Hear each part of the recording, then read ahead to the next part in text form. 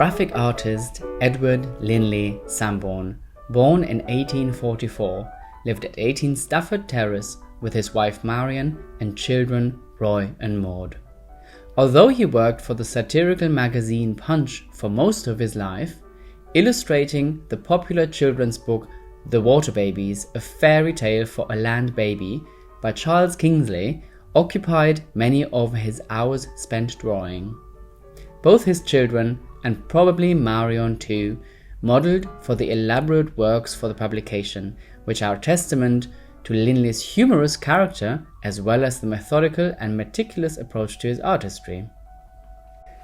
Out of the sea, effed the great wide sea, where they might stay and be safe if they liked. But out of the sea the silly things come, into the great river down below, and we come up to watch for them, and when they go down again, we go down and follow them. And there we fish for the bass and the pollock, and have jolly days along the shore, and toss and roll in the breakers, and sleep snug in the warm dry crags. Ah, that is merry life too, children, if it were not for those horrid men. This is a passage from The Water Babies, in which the main protagonist, the young Tom, embarks on a series of adventures and lessons that involve giant lobsters, flying fish, the king of herrings, and many other fantastical and anthropomorphic creatures in and out of the water. As with all of Linley's illustrations, he would use the method of photography to study the positions of his subject. Linley's illustrations and his life, to which his diaries provide a window, inspired this episode on eating the sea.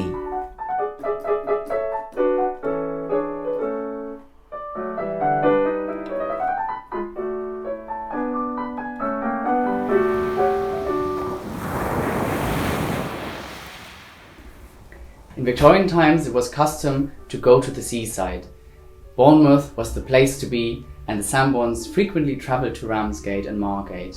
When Linley went fishing, it was also a custom to slice up the salmon and send it to friends in the city. Seafood would also play an important role when calling at friends' houses. On one occasion, Linley notes in his diary, "Called on Burnon's, bought pot of shrimps." Or Marion notes that she sent oysters after calling at friends, or received oysters on 26th of February 1887. She says, "Callers, barrel of oysters from Beals and O." As food with a very rich social history, we're looking at oysters, and oysters would have actually come as oyster ice cream in the early 1800s, as pickled oysters in stews, soups, or even we have a recipe for oyster pie and leg of mutton. Inspired by spending a lot of time at the British seaside, we are talking to Katy Davidson, hello, who is oyster specialist, enthusiast, and also the founder of the Oyster Academy in London Oyster Week. And she also gives regular Australia masterclasses. So maybe Katy, can you tell us a little bit about native oysters? Native oysters, also known as Oyster edulis, are the only indigenous species of oyster in the UK. They were incredibly prolific and they were the foodstuff of the poor. You wouldn't have had any rock oysters back in those days, so it's really wonderful to have the indigenous native oyster that is iconic really in London. And we've got this little example here of what would have been the fast food of the 1800s. It's a fossilised oyster shell from the Thames, where basically they would have eaten and thrown the shell a bit like these days people would do with a, with a fast food wrapper. This was the fast food of the day. And the native oyster is something that was incredibly prized, not just in the UK by the people here in London eating them. They were prized by the Romans, and even the Phoenicians would come sail across to gather native oysters from our coasts. So would you say that in like when they used to make beef and oyster pie, was that kind of before this kind of revolution with champagne and the sophisticated set? Definitely. I mean, the whole reasoning behind the steak and oyster pie was because meat in those days was an incredibly precious commodity. it was a lot more expensive than oysters. So the oysters were used to bulk out the pies, whereas these days it would be the complete opposite. When we think of the London landscape at that time, and Charles Dickens as well, it sort of mentions the oyster sellers on the street everywhere, so it must have been really busy, sort of, rumbling streets, and then the oyster sellers everywhere, to even fish from the Thames, right? Absolutely, yeah. I mean, the interesting thing, people often think that you have to down an oyster in one, and that's something I spend half of my life re-educating people about, because it's like a fine wine. You want to savour it and take time with it. And people say, well, why have I heard? Why do they say that you're meant to down it and not chew it? And my theory, it hasn't been proven, I think it's from those days when they were in barrels on the streets. They were a vital source of protein, and it was about getting your protein source down and quickly, and there wasn't refrigeration for those people selling them out of the barrels on the streets.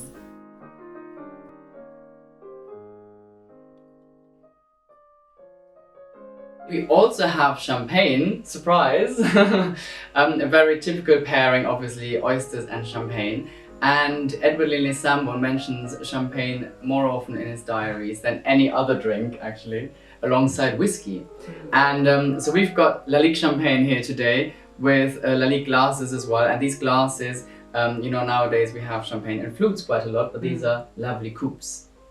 So at times, Edward Linley Sambourne in his diary mentions feeling seedy the next day after consuming champagne, getting home at 3 a.m. in the morning, and he sometimes says dull morning and dull morning very as well. So let's crack open a bottle. Lovely. And maybe, Katie, tell us a bit about what inspired you to start working with oysters. A story I love to tell. I was 12 years old on a holiday in France with my family, and I'd never seen an oyster before at that point. But my dad spotted some in a market, and he just said, let's have some oysters. And I looked at these things. They were rock oysters, they weren't natives. He proceeded to open them with a penknife, a hinged penknife, which I don't recommend to anyone. And I watched him take almost half an hour to open 6 oysters, bloody hands. Oh my God. And it was, for a 12-year-old watching, it was quite fascinating, from this external rocky exterior to this orbular, delicate interior. I was fascinated, that was it from there on in. Oyster culture is very similar to wine culture. The same, how the same species of grape will grow in a different vineyard and bring on completely different characteristics from the same species of grape because of the terroir of the land. It's very similar with oysters. They take on the characteristics of the water that they grow in, and we call it merroir. So I would always recommend trying an oyster from a new appellation, trying it naked, as we say in the business, and getting a sense of what it really tastes like before you start adding any flavours. There's quite a parallel between wine and oysters. Absolutely. And the grapes. If we think about the champagne, and also Linley loved champagne, so it's a very classic pairing. Would you say that Linley, at the time, they would have oysters with lemon, or would they have any other type of accompaniment? I think that basically they were kind of connoisseurs in, the purity of oysters was much celebrated. And, again, from studies of the still lives that were painted in that era, you'll often see just a plate of oysters as we have here, with a lovely bottle of wine or champagne and just some nice wedges of lemon. That simplicity and immediacy and that perfect pairing. Oh, well, let's toast. Well, let's toast to Sambourne. Thank you. And to oysters. Yes, and to oysters. When we look at Linley Sambourne, it's quite interesting because he's obviously a lover of champagne and all good things in and out of the kitchen on the dinner table. And we have this lovely invite as well where he photographs himself and his friends are invited. And it's a photograph of him in a costume, and then he holds up the invitation. In the background we can see lots of champagne bottles as well, so it's a bit like this now. I know you might get that question about the aphrodisiac. Would you say there is any truth in that? I mean, it's a question you might get asked quite a lot. It is, and it's understandable. And I mean, it's not a kind of cut and dried scientific yes or no. Oysters contain more zinc in them pound for pound than liver or steak. And allegedly, zinc is what puts lead in the pencil, to put it politely. But also, they're actually a natural source of dopamine, which is the neurotransmitter for pleasure. I think in addition to that, they're, in terms of their appearance and the activity of oysters, the shucking and the opening of the shell, that's a sensual aspect, and I think that lends itself to that aphrodisiac. So what about all those seafarers that had all the oysters? What did they say? They had someone in every port. So maybe that was their staple An oyster in diet. every port. Yeah, definitely. So should we shuck an oyster? Let's do it. Absolutely. And obviously this is the art of shucking, isn't it? So it is. who better than Katy to show us? So talk us through it. Okay.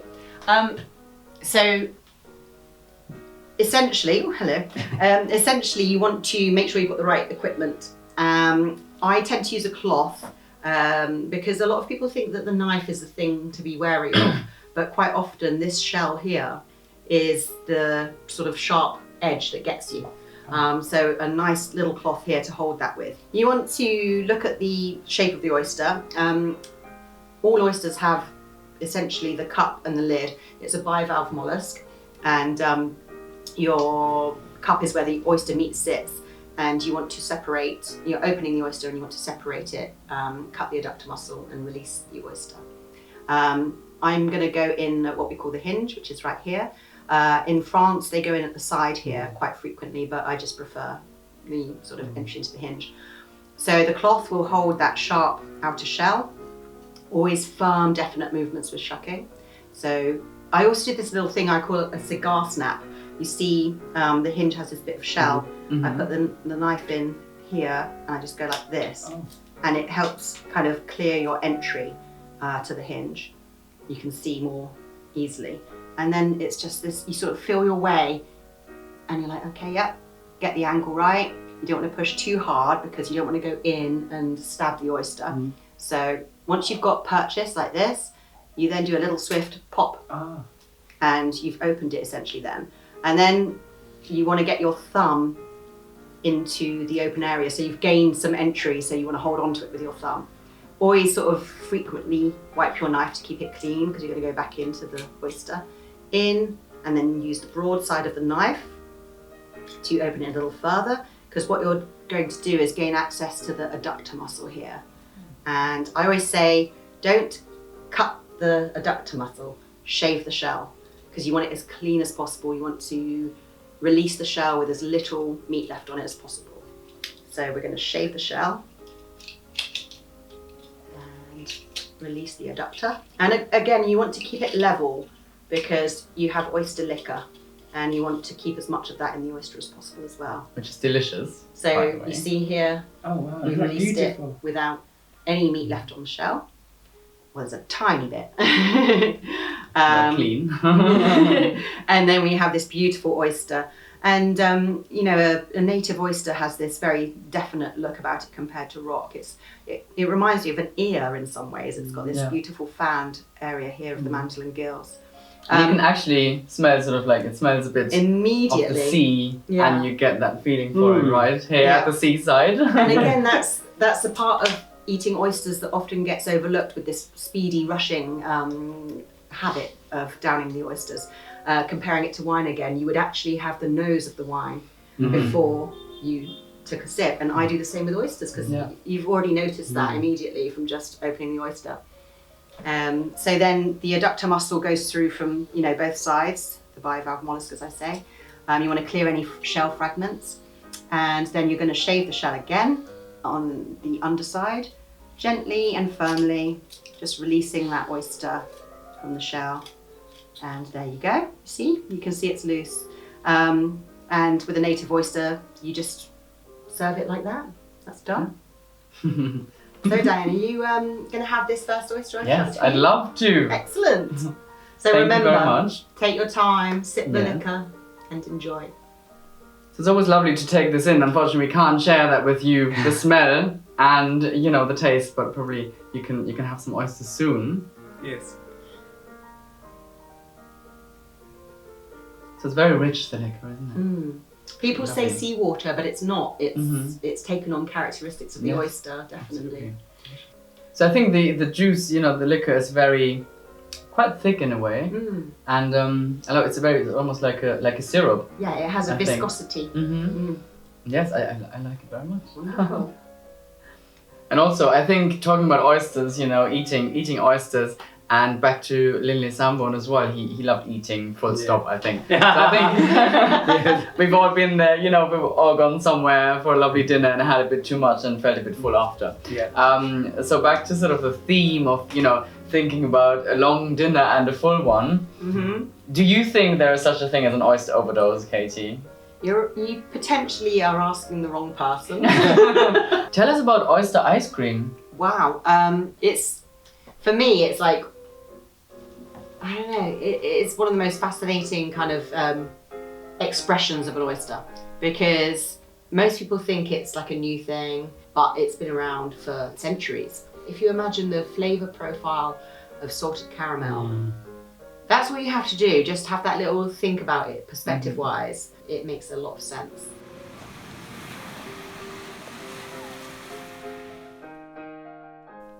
We would like to thank you for spending time with us today at the seaside, where we explored the marvellous world of Linley Sambourne's water babies and native oysters, with Australier Katy Davidson, Ram Shergill and myself. We hope you enjoyed the adventure as much as we did.